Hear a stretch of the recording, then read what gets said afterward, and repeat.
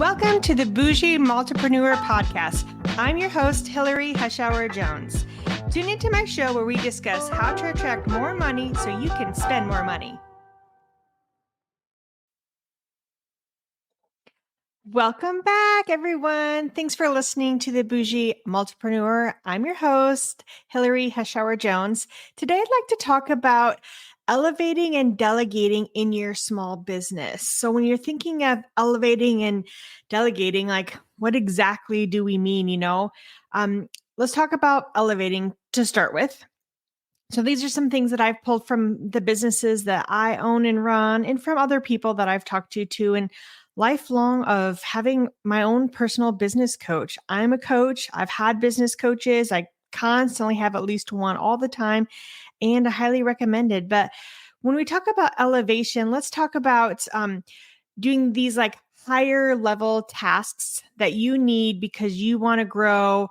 You have this vision for your office, for your business, and you want to keep going, right? So not getting bogged down with like day-to-day operations, let's say, but truly growing to what you need to elevate. And some of you might laugh and think, yes, I am bogged down with these day-to-day operations. And I get it because I used to be there too. So I want to talk a little bit about some of the things that I've come across, and I hope a little bit helps you. You might think, yeah, I've heard all this stuff before, Hillary. I get it. And sometimes you're in the right mind frame to hear it and take it in and then implement it, right? So elevating by, picking out some things in our day-to-day that maybe we don't need to do. Let's talk more about, instead of working in it as an employee in our business, more of like taking a step back and working on our business, right? You've probably heard this all the time. Working more on the business is not in it as a little worker bee, right? If you can do it, that's the way to go, is to work on it, to grow, to plan, and see this big picture develop, right? So looking at the areas that you might need to grow in order to elevate, do you need new partners? Do you need new employees? Do you need new products or services? Looking at these things for your overall future. And this is when I think that a great business coach comes in hand because sometimes, and myself included, I might be stuck in this one little spot where I think, hey, I'm doing good. I'm just coasting right now. But is that ultimately what I want? And what is the next step? Sometimes our friends and our business coaches can see this outside of our own little like mind and our comfort zone, if you will, of where we are right now. So when you're thinking about delegating, like what is it that is in the business that you need to free up your time? That way you can elevate to the next role, or you can elevate the business to another level. And it doesn't have to be like little tasks like, mailbox, bank runs, things like that. But what is business wise? What else could you offload onto someone else that maybe actually would do a better job, right? If you're like me, I am definitely a type A. And when I started my first chiropractic business 17, 18 years ago, I really would have preferred to do everything myself because then I know it's done correct. And if there's anyone to blame, it's going to be me. If you are like that also, I hear you and I understand what it feels like. And once I allowed myself to let go a little bit and be organized about how I'm going to release some tasks, I was like, oh, it can work. You just need to do it in a correct, effective manner, right? You can't just, or I cannot just willy-nilly let someone do something. Like I need to know it's the right fit. So when you're thinking about what are you going to offload, right? Like, how are you going to delegate things effectively and not just you do this, you do this? I think that's when people don't enjoy delegating, is because you're afraid that someone's not going to do it correctly. But let's talk about how we could do these things correctly. That way you can do more with your business, or maybe another business. If you've been listening to me, I have several businesses. My husband and I have several businesses. Sometimes we forget when we're listing them off too, because we enjoy entrepreneurship. That's why I'm the Boujee Multipreneur. I enjoy doing this. But let's go back to tasks. I'm a big fan of like making like 4 little lists, or you can make like a square with 4 boxes of things in the business that you are great at doing and you enjoy doing them. That could be like one list or one box. And then another box could be things that you are good at doing, but no one else could do it. It's only going to be you. Then I would put a list or a box of things that you do, but you don't enjoy doing. And then another box or list of things that you don't enjoy doing and that you're actually not that good at, like you're kind of bad at it. So you have these lists or boxes and you can from there kind of separate things. So obviously the list that you made of the things that you're good at and no one else can do, right? Like if you're a chiropractor, chances are you're probably one of the only ones in your office that can do the chiropractic adjustment because you have the license. Okay. But there's probably things on that list that you enjoy doing, but maybe someone else could do it better. Case in point, how about social media or marketing, right? Some of us chiropractors, we are really good with patients and patient care and empathy and fixing problems, but we might not be creative enough to learn everything there is about marketing and social media. Maybe we enjoy being on Instagram because we enjoy it, we enjoy interacting. But if we could offload this task to someone else that could do it, let's say, better than us, more efficient than us, and get better analytics than we would do, why not offload that, right? So when you're looking at what you're going to offload, also who's the right person for it? In my opinion, you just can't offload it to anyone in the office. You would almost need to look at these lists and really see like whose skill set matches what you're going to offload. And if you are nervous about offloading because you're type A like me, then do like 1 or 2 tasks at a time, right? I would say do the ones that you don't like to do first. Get your brain and body used to offloading that. And then you need like clear instructions on that. So I'm a huge fan of SOPs. I enjoy them for all my businesses. I actually offer that as a service with my coaching clients, is having your standard operating procedures written out as you would do it. And then you can just give this booklet to someone else with the clear instructions of what you want, their deadlines, anything that you need to hold them accountability. So it's very clear. I believe that as a business owner, a lot of us perhaps fail with our employees because we don't have clear instructions. We aren't clear with the job skills. We are also not holding them accountable, and we're not setting meetings strategically enough with them. And if this sounds like you, I understand because I've also been in that shoe and I'm always trying to improve on it. So we want the things that we're going to offload, the clear instructions on what we want done with that. And if you're not clear with it, sit down, write it out, and even work with that person to figure it out. Like the same case in point, going back to social media. Maybe you don't know what to do with the social media, and that's fine. And you don't know how to set up the SOP. That's also fine. But then more importantly, you need the right person with the right skill set to do that. That way you can create the SOP right then and there with them. So the accountability part with the person that you've delegated and offloaded these tasks is how often are you going to like check in with them? It doesn't mean like every day watching over their shoulder, because that's not the point of offloading and delegating. Eventually, you need to get to the point where like in that time you would have spent doing these tasks, now you're working on higher level. You've elevated to the next level of tasks that no one else could do because it's your vision in your business in your future. So you still need to have these accountability meetings like set up with them. Is it a daily check-in? Is it an email? Is it a text? Is it weekly sit-ins? And so I'm a big fan, if I could give an example with my chiropractic offices, is that we have a team meeting every week. I also have a meeting at least once a week with my office manager.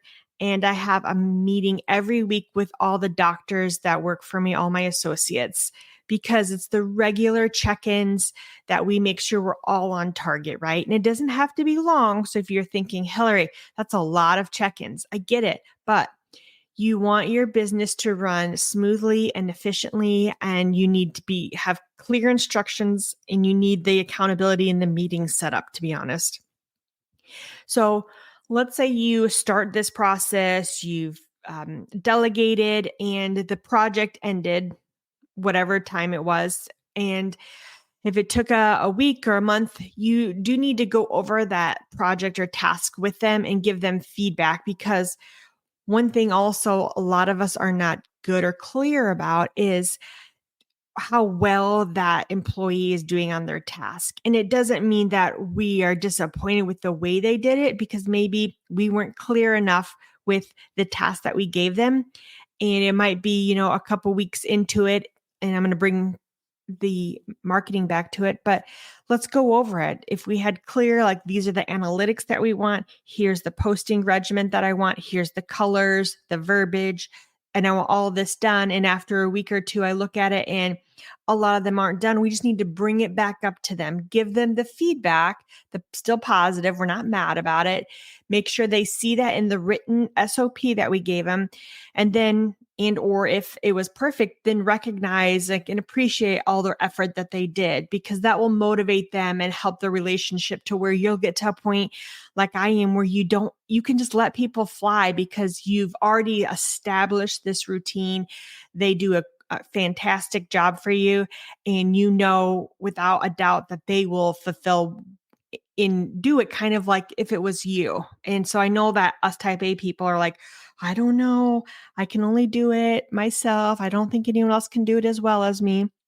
And there are things that I also agree with on that, but there's still a lot on your task list that you could probably delegate so you can elevate in your business.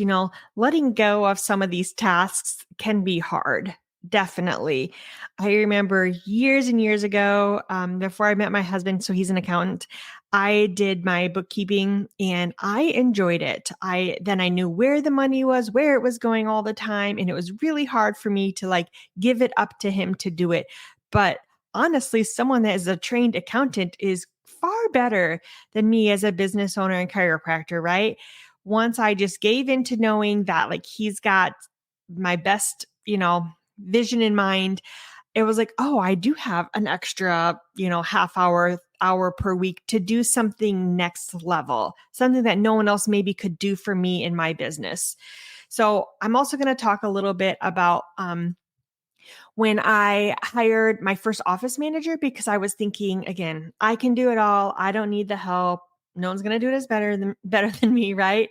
But I was also getting overwhelmed, and I don't feel like being overwhelmed is good for us, right? Especially those of us in the health field. We know that stress and the being overwhelmed with things is not good on our bodies. So we know that. So then why do we let this happen? I think that sometimes we are our own worst patients. But I digress. Let's go back to me hiring my first office manager, writing down all the tasks I didn't want to do, looking at other people's lists of what a manager did in a chiropractic office or medical office setting, and then knowing what I wanted from my office manager. And it doesn't need to be what every single other person is doing. You can create your own job description and job tasks. But it's when I started delegating, I also was not the best at my SOPs, which is why I got a lot better at that, is what I expected, what I wanted, and it had to be very clear. So that I was really good at writing things out and having them in multiple locations, but also doing videos that show the execution of something. So my office manager or staff knew if I wasn't available to help show them something, that I had it both in written version and a video version. So, it's okay to give up some of this stuff, hire the best person to fit, and then once things start going, it's so refreshing, you guys, to have people in your business that you can just delegate and let them do this stuff. And I know, and some of you might think, yeah, I do this already. And isn't it so nice to not have to worry or to go on vacation for a week or two at a time and to know everything's great and you're not going to come back to a shit show, so to speak, right? I know we've all been there before. Make sure that we are training our managers, our employees, etc., because that's the big key. I see that in the people that I coach, in other business owners that I know, where they're not happy maybe with their staff and the people that they've employed. But I often think too, like, how often are you investing in their training? If it's not you personally training, who are you bringing in to train them? That's one thing that I do as a business coach is I help train the staff of the offices that I coach. So right now I'm fully booked with chiropractic clients. Always have room for a few more, but what I do is I coach not only the owner and the doctor themselves, but then I also help coach their staff, whether it be their front desk staff, their office manager, because we all know, especially if you're a parent, sometimes our kids listen to us, but they often listen to someone else better, right? Same thing with our employees, I feel. And me too. I mean, I'm not exempt from that. So make sure you're training, you're delegating correctly and you're giving them all like the tools and the systems that they need. If you're checking in with them, are you using some type of like project management tool, like a Trello board, or are you slacking them? Do you have like Planoly for social media? Like, what are you doing? Like making sure that they have all the tools and systems that they need.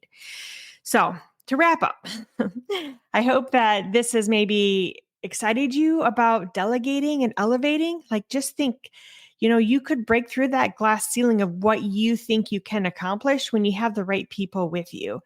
And it could be things that you delegate at home too. It doesn't have to be at work. I didn't get to touch on this very much, but the things like I delegate at home, number one is cleaning, because I am not good at cleaning and I'm not going to pretend that I am, but what about like the groceries and the laundry, things like that you could delegate to break up more of your time, right? So I challenge you today to make a list of those 4 things we talked about, or squares, or things you're good at and you like doing, things that you're good at and no one else can do, things that you're bad at and you don't really like to do, and then you don't like to do, but you've been doing. So look at these lists and then highlight what are on these lists that you could delegate, and then write who would take over those. And if you don't have that person on your team yet, what does that person look like? Envision what that person's going to be like in the future.